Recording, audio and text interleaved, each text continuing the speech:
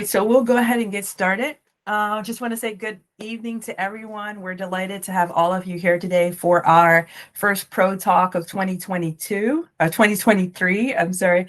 So just to give you all a little bit of a background of how the MarketHER Group got started, we were founded in 2022 in response to an annual Women in the Workplace report published by McKinsey & Company, along with the women's group founded by Sheryl Sandberg, the author of Lean In Women, Work, and the Will to Lead. This report described the causes and effects of women feeling burnt out, underacknowledged, and unrewarded. So the MarketHER Lean In Circle is committed to fostering an action-focused community where dialogue and connection flourish. Through advisory circles and professional skill building workshops, women marketers can access resources and navigate bias, grow their leadership skills, and lean into their strength to craft the work-life balance that works for them. You can join the MarketHER Lean In Circle on the MarketHER Group website, themarketergroup.com. Our Pro Talks will feature a different presentation each month, and our Lean In Circles also meet monthly. So we're happy to introduce all of you to life and career coach Carleen Hicks. Carleen is a successful executive and leadership coach. Her approach has helped hundreds of professionals, emerging leaders, and executives build the work life they love.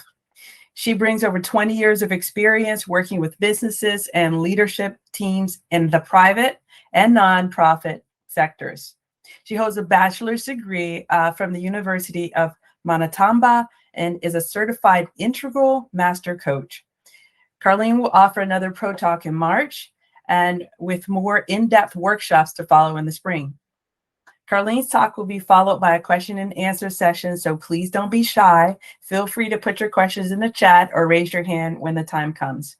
And if you can, please stick around a little longer. We'll be breaking out into some breakout groups for a little bit of more informal connection between marketers. Carleen, you have our attention. Thank you so much, Natalie. Thank you to the MarketHER Group for bringing me in. This is a topic that's really near and dear to my heart, and it's about being persuasive at work, which essentially, when we're thinking about it, is all about influence. And when we're thinking about influence, a lot of times we don't necessarily know whether we're being influential, whether we have influence at work. It's something that can really affect confidence. So I'm really excited to bring these 3 strategies to you guys today. Before I dive in, I want to build a little bit on what Natalie said about myself. So you've got a bit about my background. I came into coaching after a corporate career in human resources. So I've been in many different leadership teams and many different leadership groups. I've been the person leading, I've been the person following. So lots of different experience from many dimensions in organizations. And I've also been burnt out. Corporate work, particularly in the high-tech sector here in Ottawa, Canada, where I'm coming to you from today, did require 60, 80-hour weeks, and that did create a lot of stress, pressure, high demand, busy job, burnout. So much, in fact, that it sidelined me, and it's taken several surgeries for me to be able to get back into the swing of things. So when I'm talking about persuasive at work today, it isn't just about being persuasive. It's about helping that all-important confidence and being able to make sure you have well-being at work. And if this is one of the things that's going to support that, then I am all in. So in addition to doing this today, and of course, to supporting more of these Pro Talks in the future, I'm also going to provide a link for you guys to be able to get into more of the details about what I'm speaking about today, including some coaching practices, which I'll cover in the talk. As I'm going along, if you have questions, feel free to put them in the chat, because I know sometimes it can be tough to wait till the very end because you might forget your question. So if you want to put it in the chat while you're thinking of it, go right ahead. I'll make sure to cover the questions at the end. And also, too, we'll be joining you in the breakouts. So if you've got more questions, or if you need a little bit of time with the material and then the questions come, I will be here after the talk's over as well. So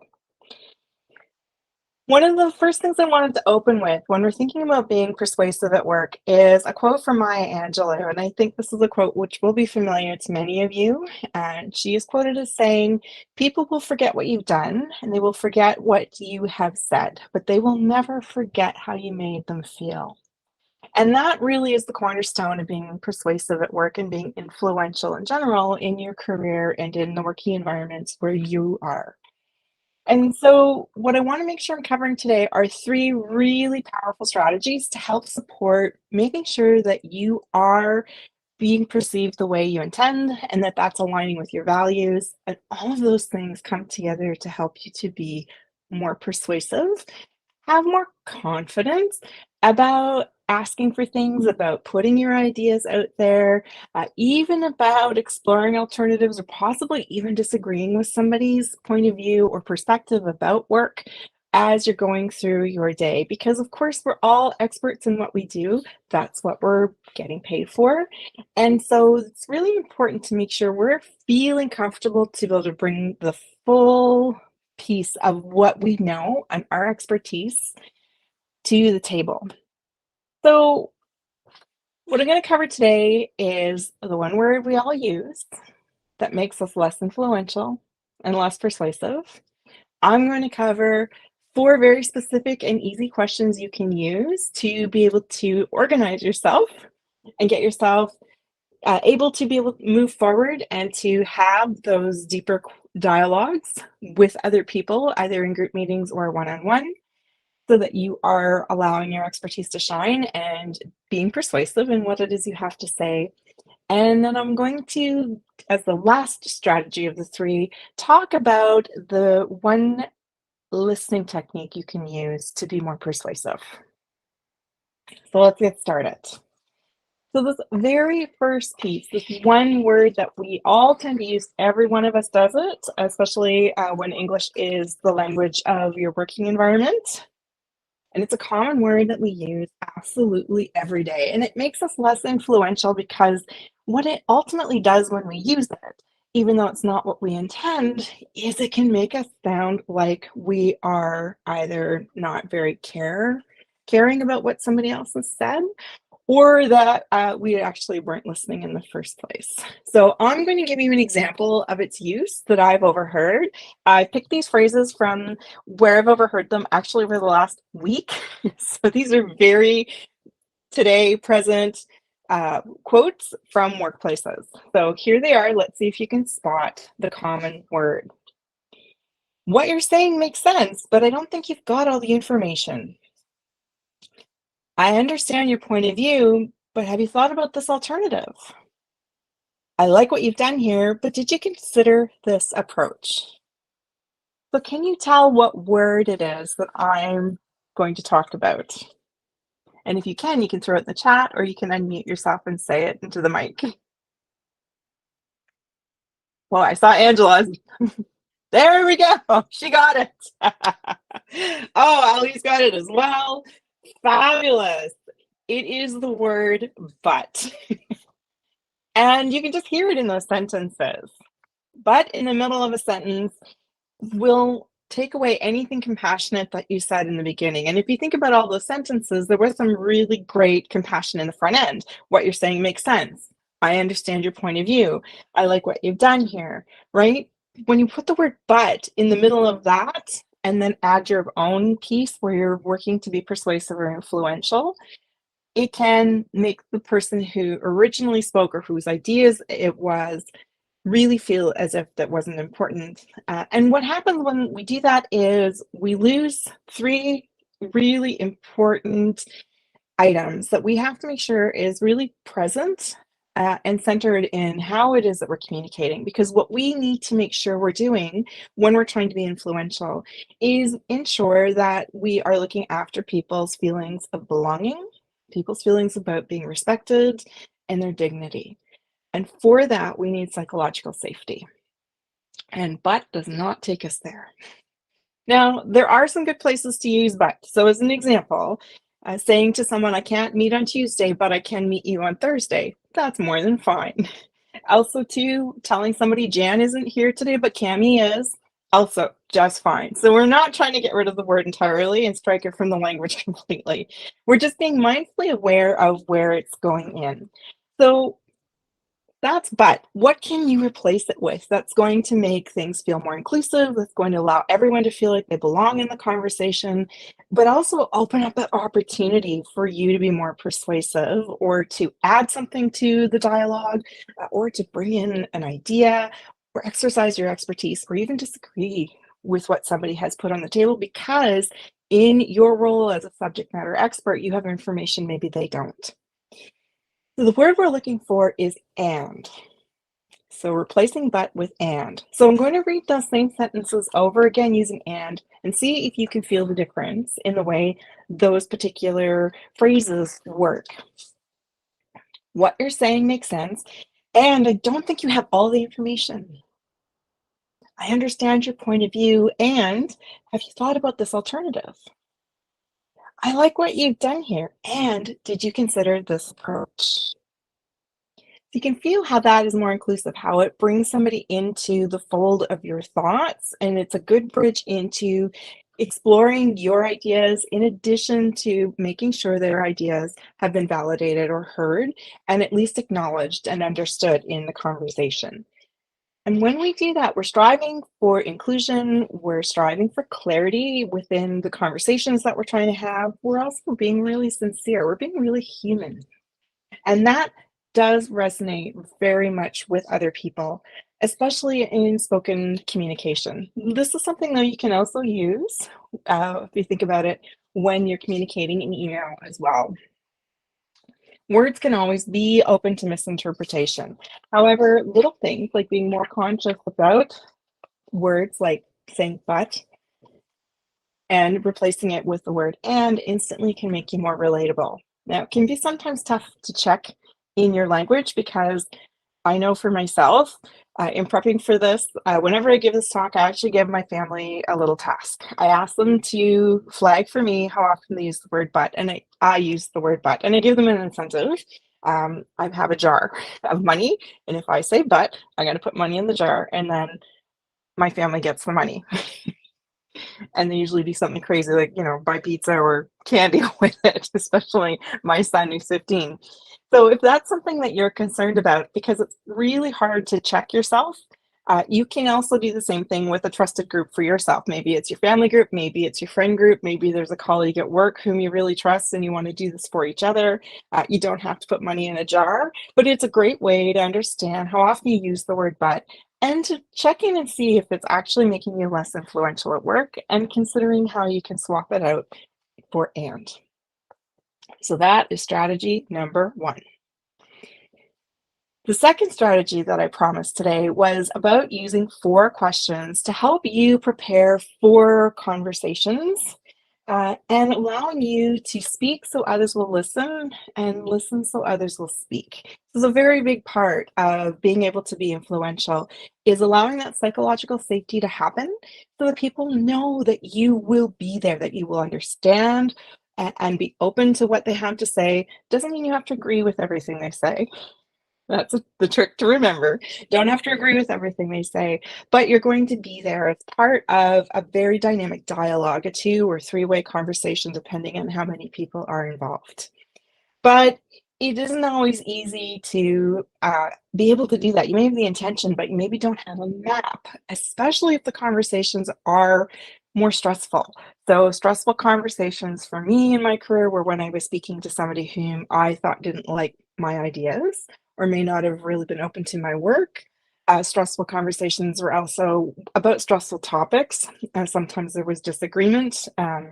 Depending on what you're working on, it could be different approaches. It could be budgets. You're trying to share out a very finite pot of money, and you're trying to navigate with other people at work about what money goes to what work, or even what time your team is spending on things, or even for yourself alone, just defending what it is that you are spending your time on. So we know we can have stressful conversations. So the 4 questions that I'm going to share with you today come from a book called Crucial Conversations And it's Tools for Talking When the Stakes Are High. It's written by 4 individuals whose names I actually can't remember right off the top of my head, but if you Google Crucial Conversations, it'll come up very quickly. It's one of the rare business books that I actually suggest that everybody read. It is fantastic for being able to support yourself in being able to have day-to-day conversations where you're working to be influential. It can also help with stressful conversations where you're trying to be influential. And it is really tough to try and be influential under stress. So let's take a look at these 4 questions. So the 4 questions are, in consideration for the conversation you know you're going to have, what do I really want for myself? That's question number 1. Question number 2 is, what do I want for this other person or in a group meeting for this other set of people? Question number 3 is, what do I really want for the relationship? And question number 4, how would I behave if that's what I really wanted?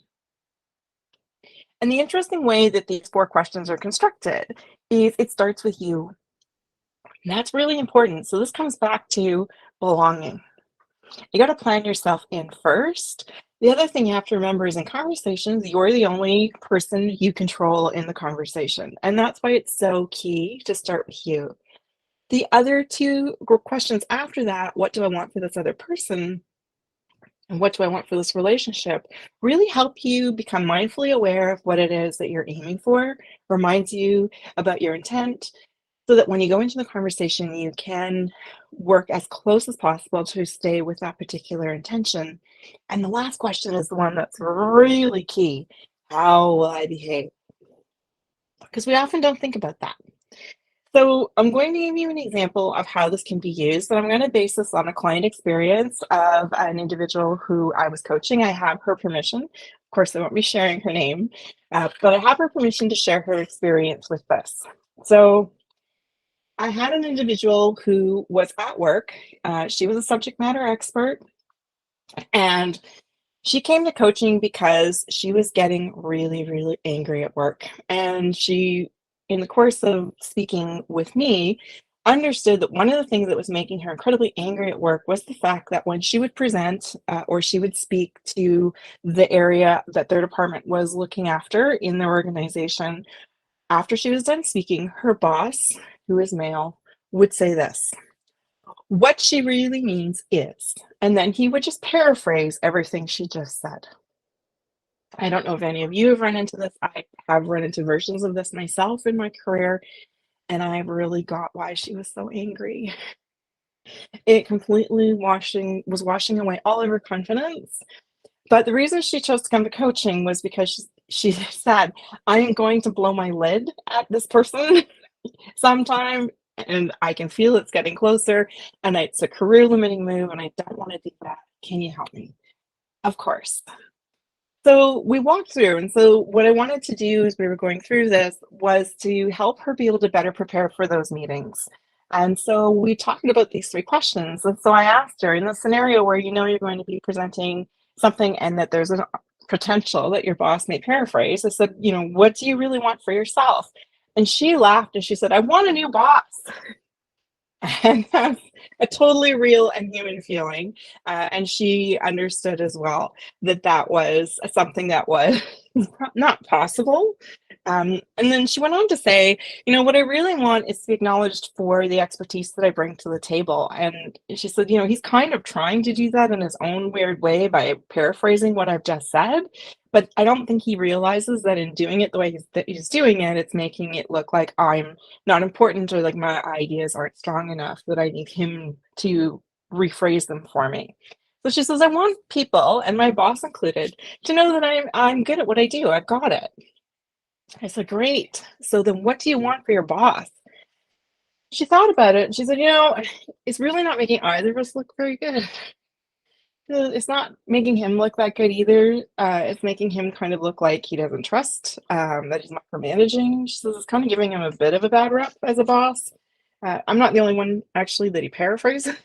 So she said, what I'd really like for him to understand is that we want that there is a way for both of us to make ourselves look really good in these meetings if we work together. Great. I said, what do you want for the relationship? And she said, I really just want that mutual respect. She says, he's not a horrible person.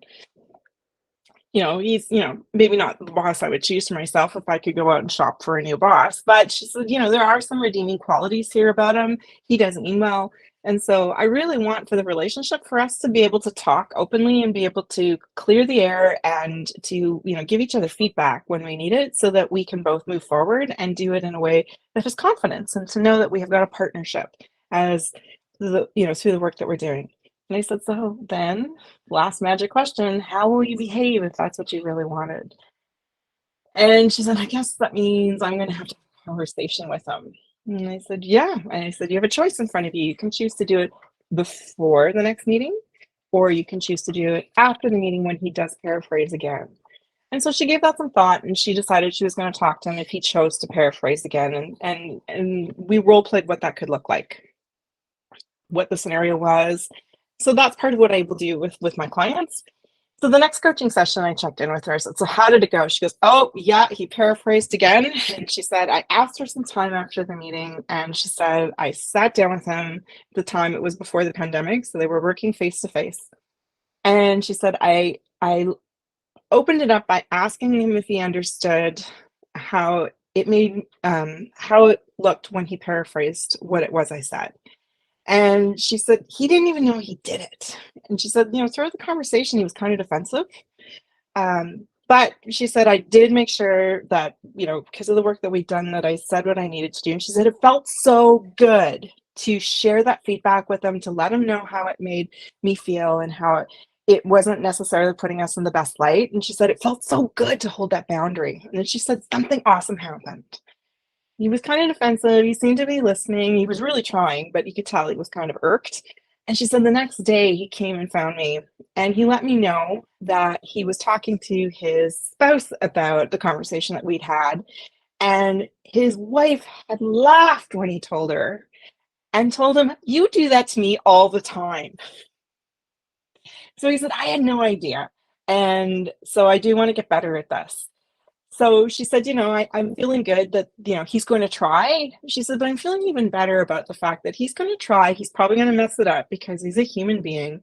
But I have, because of this conversation I chose to have with him, the ability to revisit this topic and to let him know that it happened and to be able to talk to him more about that so that we can continue to build mutual respect and advance our trust. And for that, she was really excited and grateful. And that ultimately is the beauty of these 4 questions. So that's what they can give to you. And I'm just checking the chat here. Ali has said some business courses I've taken promote paraphrasing to show that you listened and understood the speaker. Absolutely. When you're speaking directly to someone, paraphrasing is a huge part of active listening. In this particular example, what the boss was doing was speaking for her, not to her, when he was paraphrasing. So as bosses, and I've been a leader myself, you need to be mindfully aware that, sometimes we do that. And we do that for possibly many reasons. Maybe we didn't think the room was listening the first time. But often the biggest impact of that, of course, is that the person being paraphrased, it can really be bad for their confidence. So it's something to keep in mind that these 4 questions can help you prepare for these kinds of conversations that will not only serve you in that conversation itself and help you to be more influential, it can give you some courage to try something, to put a boundary in place, or to have a conversation about an alternative idea, really exercising your expertise. And so that brings me to the 3rd strategy, which is all about empathetic listening. And so Allie's already kind of foreshadowed some of what I'm going to talk about here, which is brilliant, and I love it. So we know from the book, 7 Habits of Highly Effective People, written by Stephen Covey, that there are different ways that we as human beings listen. So specifically, he talked about 5 ways that human beings listen. The first is ignoring. And I think we all know when we're doing that. Someone's talking and we are not listening. In fact, we may even signal that we're not listening because we really want them to either go away or be quiet or do something else. Now, this might happen more often than the family dynamic because, of course, it's not a smart career move to do in the workplace. But ignoring is certainly one of the things that happens. The next level of listening is pretending. And for anyone who's been in an intimate partner relationship where their partner is talking a lot about something that doesn't interest you, we've all done this. As human beings, we've all nodded our head and made listening noises, but we're really actually not paying that much attention to the conversation itself. My husband was very disappointed in the Green Bay Packers this past week, and we've been talking about it. Well, he's been talking about it a lot, and I've been making pretending listening noises, I'll be honest. The next level is selective listening, and selective listening is really interesting because this is where we're listening to what people have to say, but we're listening for what we want to hear. And that may mean that we're not actually paying attention to the context of what's being said or picking up all the information we need. We're just listening for what we think we need or think we want to hear. And when we hear that, absent of everything else that's been spoken of, but we've been in party with conversation, so someone thinks we've listened to all of it, that can be really dangerous for us. So certainly I know I've done selective listening. I am as guilty of it as the next human being. And it doesn't always serve you well. And then, of course, the fourth one is the one that Ali referenced in the chat, which is active listening. And this is where you do paraphrase what somebody has said when you're in a one-on-one conversation with someone to demonstrate to them that you have been listening. And it's a really important part of the listening cycle in making sure that you are reflecting that you accurately heard what somebody said. But the fifth level of listening is empathetic listening. And this one is really key because not only are we looking to make sure that we have actively listened, we're also in empathetic listening to truly understand not just what somebody said, but how they feel about what it is that they're speaking. So this one can feel a little bit more vulnerable in a workplace as an example, and I'm going to give you some tricks on how to navigate that in a workplace where we don't talk about feelings. Because feelings, emotions, we don't bring those to work. Yeah, we sure do. So empathetic listening is listening to understand, and it includes that step of going beyond the words to be able to sense into and to reflect how someone might be feeling.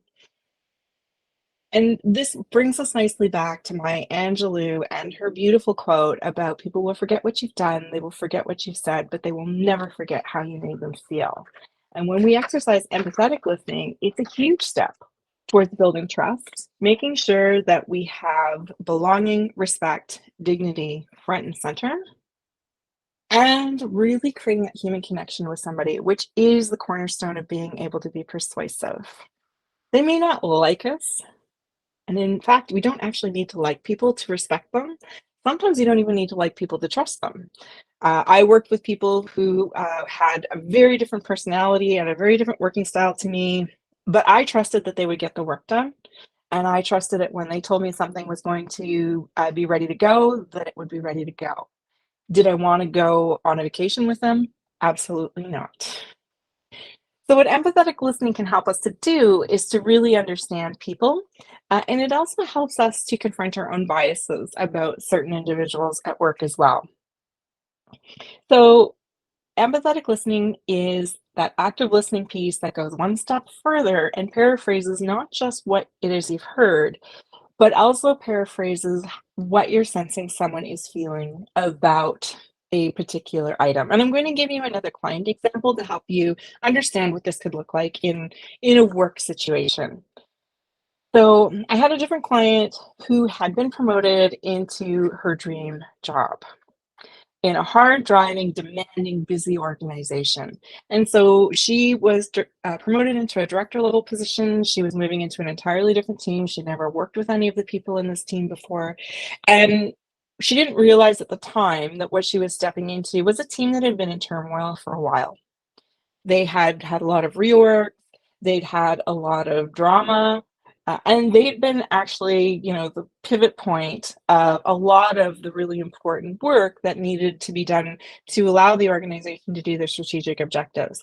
She was going in saying, okay, no problem. I'm going to make sure that we can meet our deadlines. I'm going to make sure we look for opportunities. She was really forward looking. She had a lot of energy. She had a lot of charisma.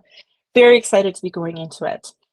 But 3 months in, this particular client was told by her boss, the VP, that there were some things that needed to be addressed.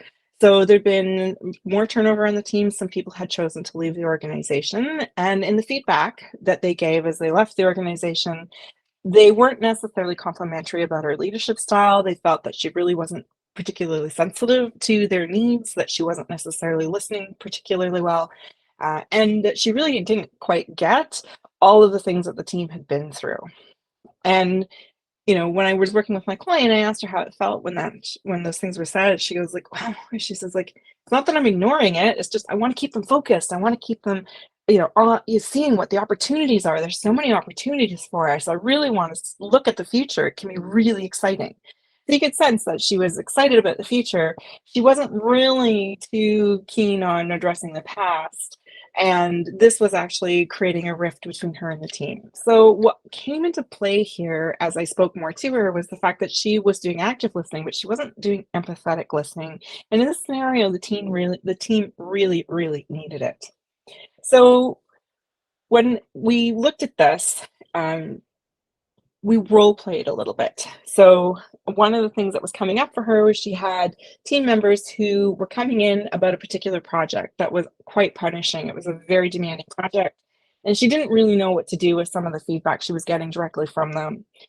And so we looked at what could be done and what could be said through these different steps, reflecting back to them what it is that they were giving them. And so we role played this, and so someone's coming in, they're saying, I need to talk to you about this project. I said, what's a great way to start the conversation? And she said, I don't know, lay it on me.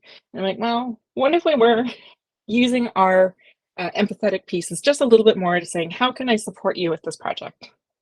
Right away, out front, this is a very empathetic statement while also being a very professional statement, but it signals that you're listening and that you're open to anything that they have to tell you about the particular project. She says, yeah, but they're just going to tell me they need more people. And she said, we don't have budget for more people. Like, that's just not going to happen. That's not a reality. She says, I don't want to open myself up to, having to have the conversation and yet again explain that the company won't allow them to have more people. And I said, fair enough. But I said, there's value in them voicing that, isn't there? She said, yeah, I guess. But then what do I do with it? I said, well, let's roll with it. I said, so, they're going to tell you we need more people on this to deliver what the client's expecting. And I said, what you can do is you can paraphrase to say, I hear you saying that we need more people. And we recognize we don't have the additional budget or the additional resources at our fingertips to be able to make this happen. What else is there that we are going to be able to do?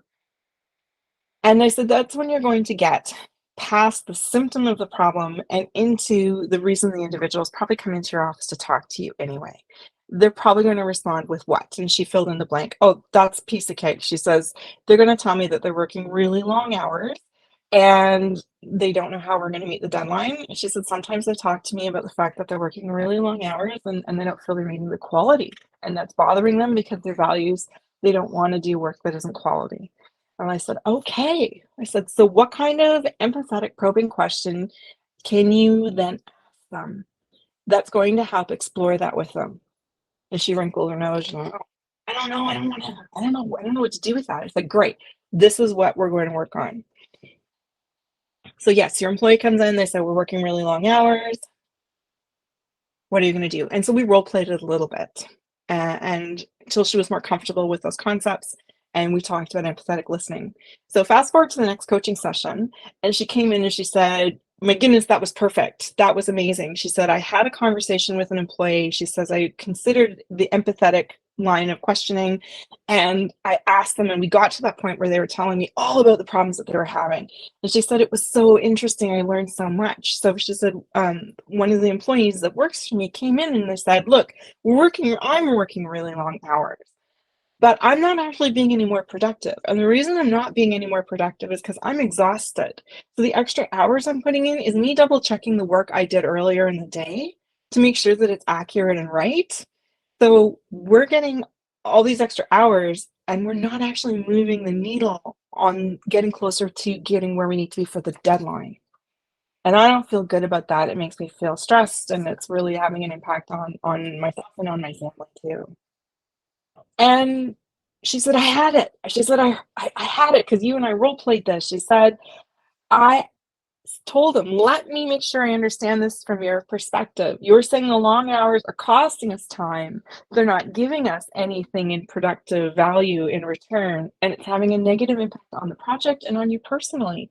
Did I get that accurately? That's the empathetic listening. And she said the most amazing thing happened next.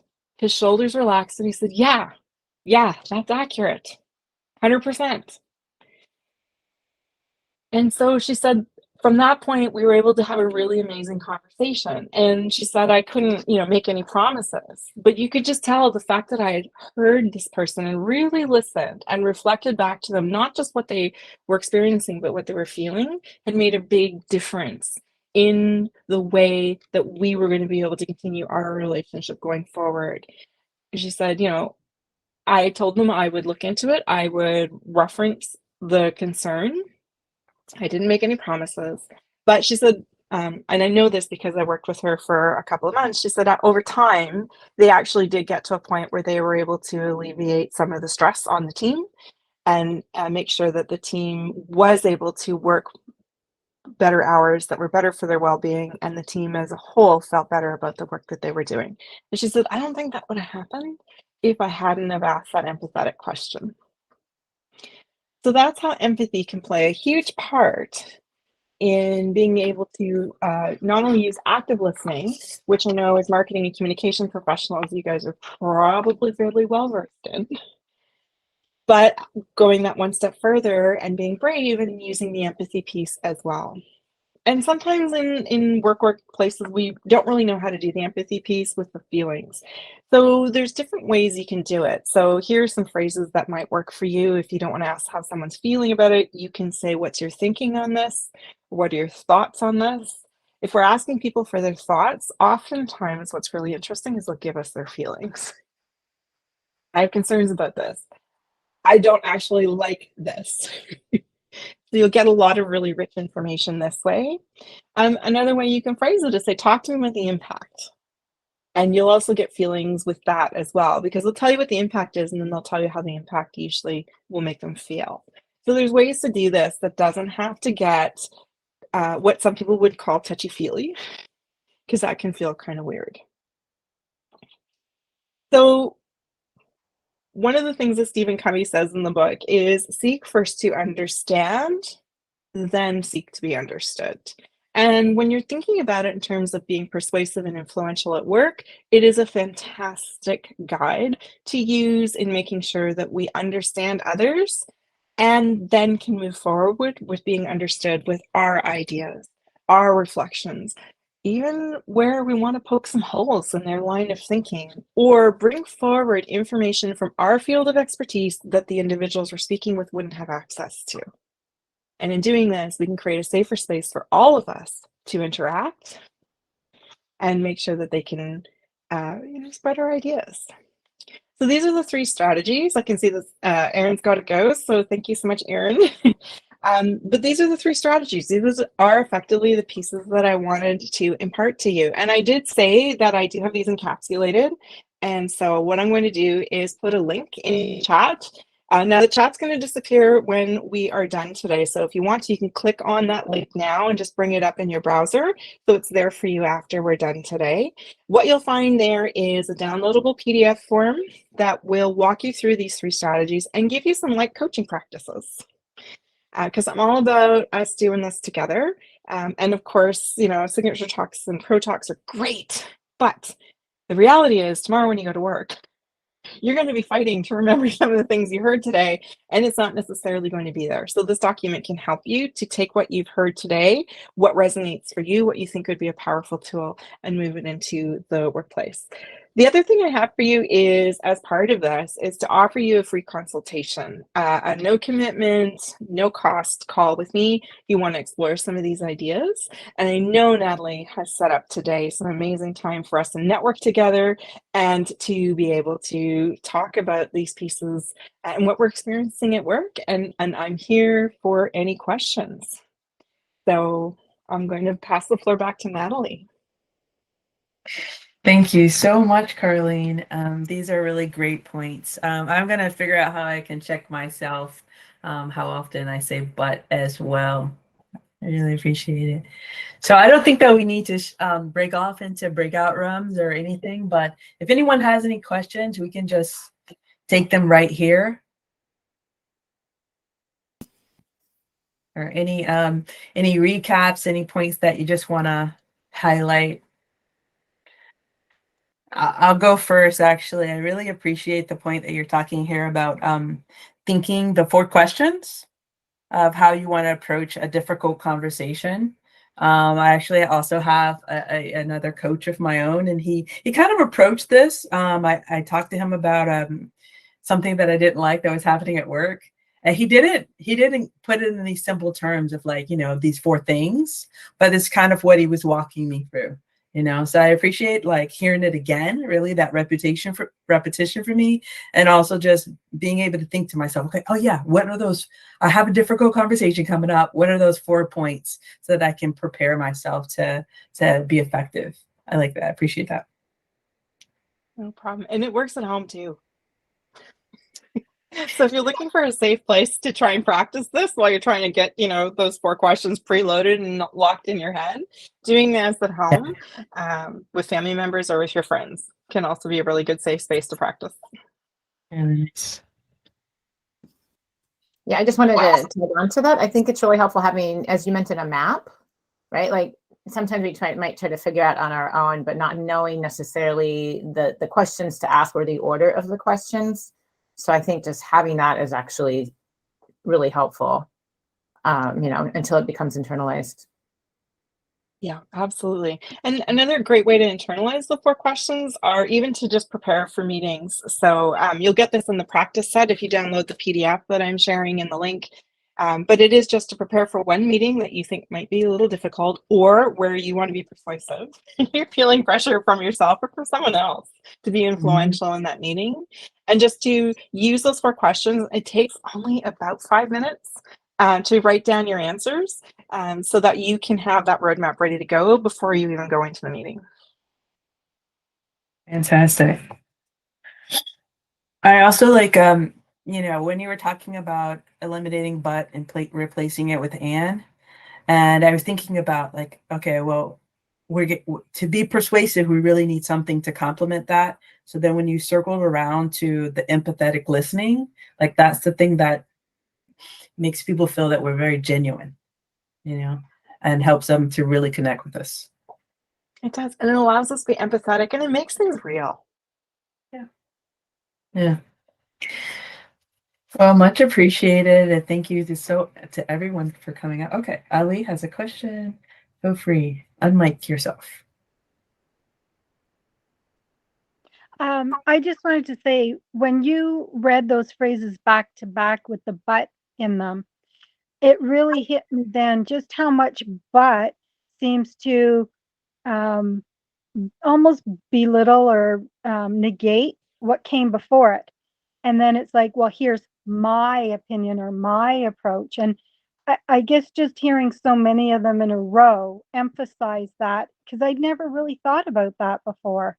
So thank you. Oh, you're so welcome. And most of us aren't rolling 3 statements with butts in them out back to back either at work. So if this is something you do, it can no shame back at all, right? It's a learning curve. It's just something to be mindfully aware of. And do your very best with it. I did find the money jar really helpful in reminding me yet again how often I do it. So, but it's a work in progress.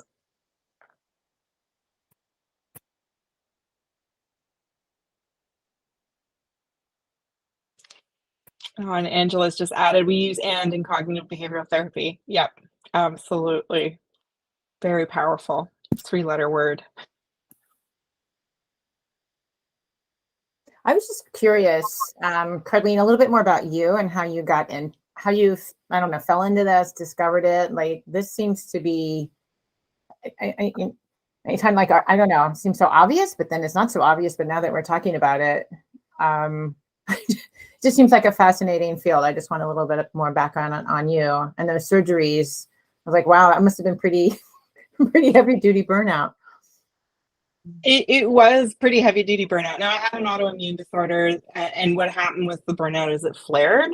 And in the flaring, that's what required the surgeries. And I'm very fortunate being in Canada. We have an amazing social network here that includes healthcare. So honestly, I think that's been, great in making it able for me to get the care I needed and to be able to do it at a time that didn't limit my quality of life for a long period of time.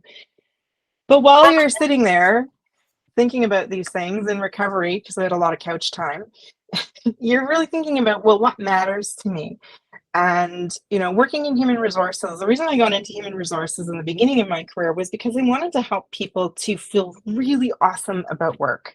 I believed in organizations. I still believe in organizations, right? If we don't organize, we don't get anything done. Mm-hmm. Whether that's something at your church, whether that's something in a workplace, even a book club, you need to be slightly organized in order to make that happen. But it also brings up many other things. There's power dynamics in organizations. There are other outside pressures that happen in organizations that make things really stressful. So I worked in the high tech sector for the most part throughout my career, and oftentimes, the companies that I worked for actually would just go under because they didn't make the market in time, or they didn't actually have a good enough idea, or they ran out of funding. And it was really heart-wrenching to have to tell all the people who had worked those 60 to 80-hour work weeks that they were no longer going to be employed through no fault of their own at all.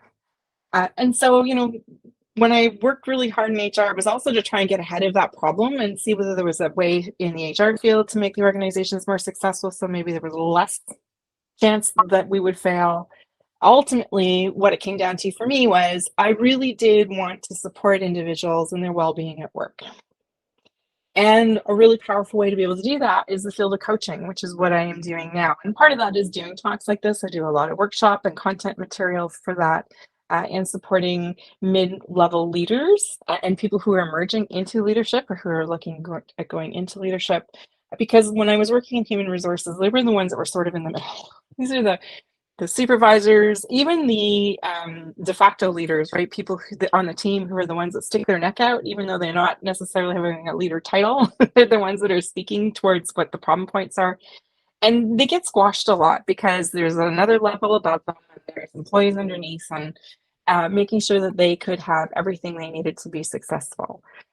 Because it's tough. It's tough out there. And we don't always get that feeling of community at work. Sometimes we feel really lonely at work. Sometimes we think there's, I can only go back into that room so many more times and be wrong. Lots of things that mess with us. And I really wanted to be able to support people so that they didn't have to get in their own way, and that their assumptions and their previous experiences, if they weren't great, didn't hold them back from being able to both have an amazing career, even in a really busy and demanding environment, which a lot of really great careers have, not all of them, but many of them, and also be able to get what they needed out of their life. So they still had energy left at the end of the day to enjoy their families, enjoy, whatever it is that they enjoy, and not have to abandon, going to yoga class or not going to book club or not going to church or whatever it is that they want because they no longer had the energy or they were working.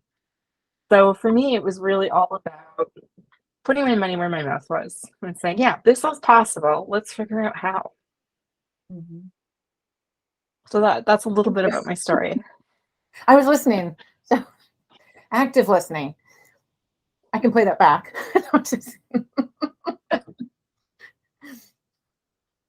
No, Really nice. I think that a lot of, am I mic on? Okay. I think a lot of companies are getting to a place where the culture is so polite that almost no one is saying what they mean. It can be really difficult to be persuasive in that culture because you're so afraid to step on toes that you're just kind of standing still. or it's Yeah. toxic, and it's almost dangerous, right? Or you feel it's dangerous or landmine. Yeah. Because there's no psychological safety. Yeah. Right. And isn't it interesting how both extremes actually have the same dampening effect on courage, on confidence, and on being able to be persuasive? Yeah. But I would think though that that's more the norm than authentic environments. I don't think they're that common.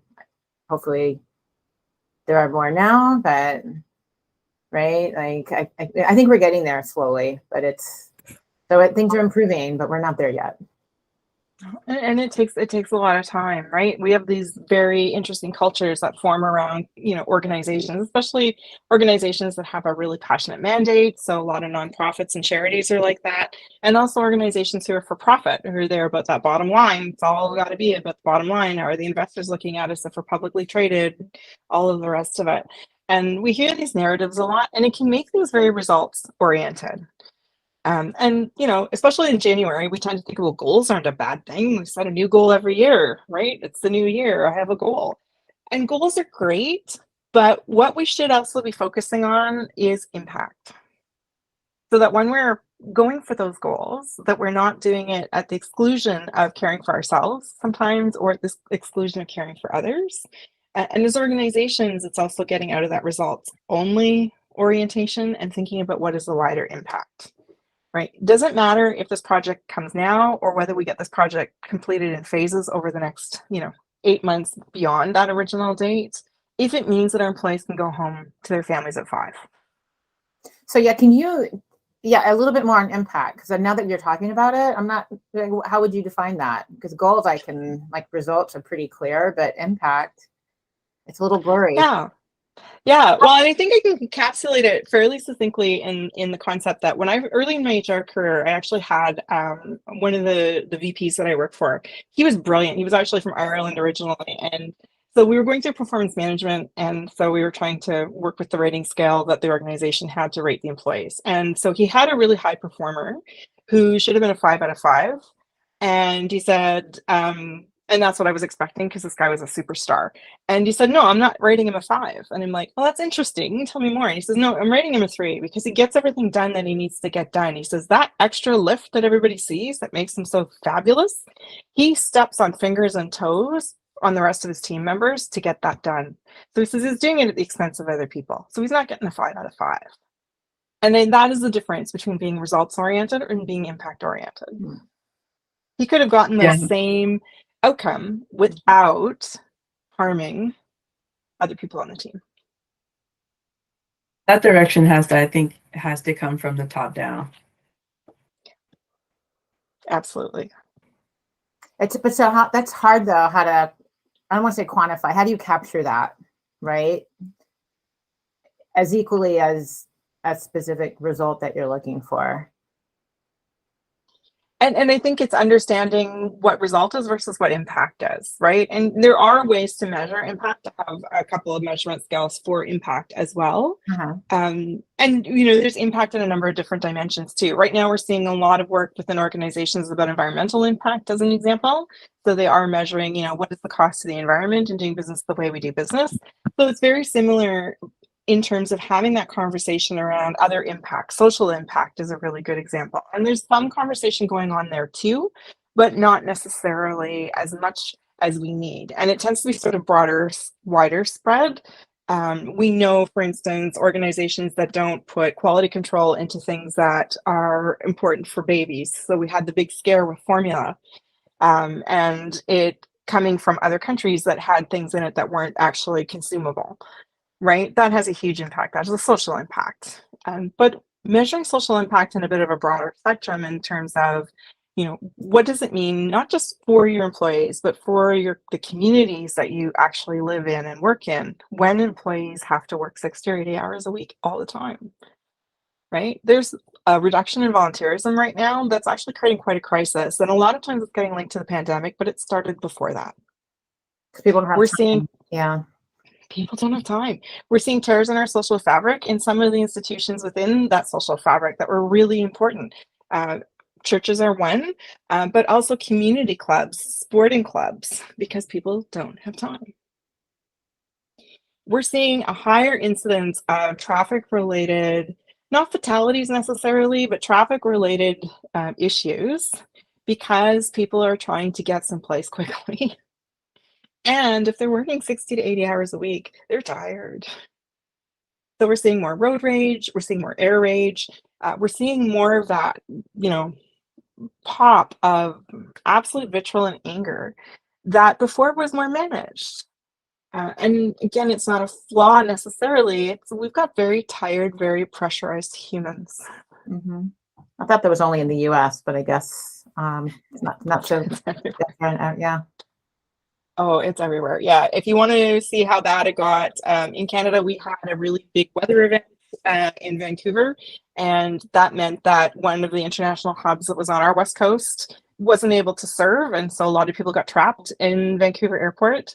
In Vancouver, it's also quite warm. It's not California warm, but it's quite balmy and warm. So for the city of Vancouver, I think they have one snowplow.